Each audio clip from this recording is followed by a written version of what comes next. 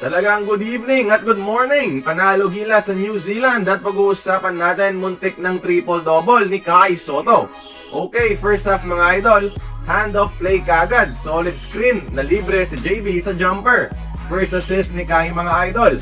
Tapos heto, typical triangle play na nasa high post ang sentro to create plays. Kabisado ni Kai saan pupunta mga teammates niya, finding a wide open Dwight Ramos for 3. Dito naman, quick roll kagad si Kai, recognizing na mag-help sa kanya ang defender ni Fajardo. Pineken niya ang finish, tapos nag-drop pass kay Junmar. High IQ play ni Kai Sotto, third assist na to. Heto, similar action kanina for Kai to create plays, kaso mintes nga lang. Sa game na to mga idol, maagap kagad bumasa ng mismatch si Kai Sotto para postehan. In fairness, dito, tamang tambay lang siya para sa easy teardrop. Ito ang favorite ko mga idol. After a good defense, recognize ni Sotto ang open floor kaya tinakbo ang kahabaan ng MOA. Lead pass ni Brownlee, pump fake ni Kai sa trailing defender, easy basket kontra ang dating teammate sa NBL mga idol. Dito sa play na ito, marirealize mo ang hatak ng isang Kai Sotto sa depensa ng kalaban. Low post kay JB to start a play. Quick cut kagad si Scotty.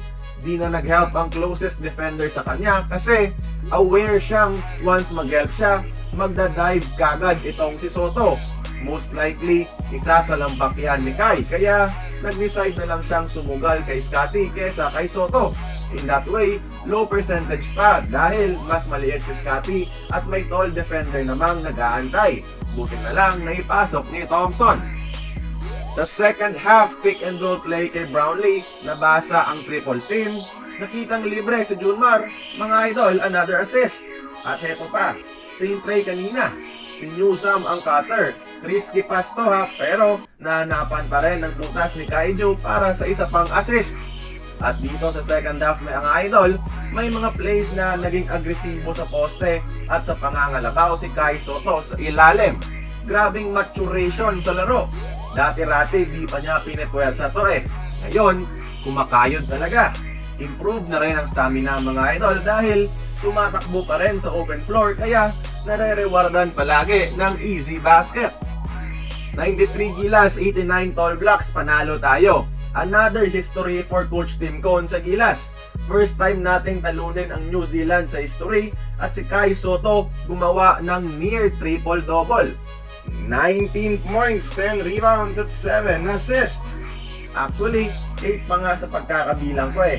Sa historic win na ito mga idol ha. Pasensya na camera quality ang ating video ngayon dahil iwas tayo ng copyright. Best game to so far ni Kai sa Gilas jersey. Every game, he keeps on getting better. Kaya kahit hater, mapapapalakpak. Kaya kayo mga idol, stop the hate and criticism muna. Congratulate natin si Kai at ang Gilas for a job well done. Comment kayo sa ibaba. Kung nagustuhan mo ang ating video, please like, share, and subscribe. I-follow mo na rin ang ating social media platforms for more exclusive sports content.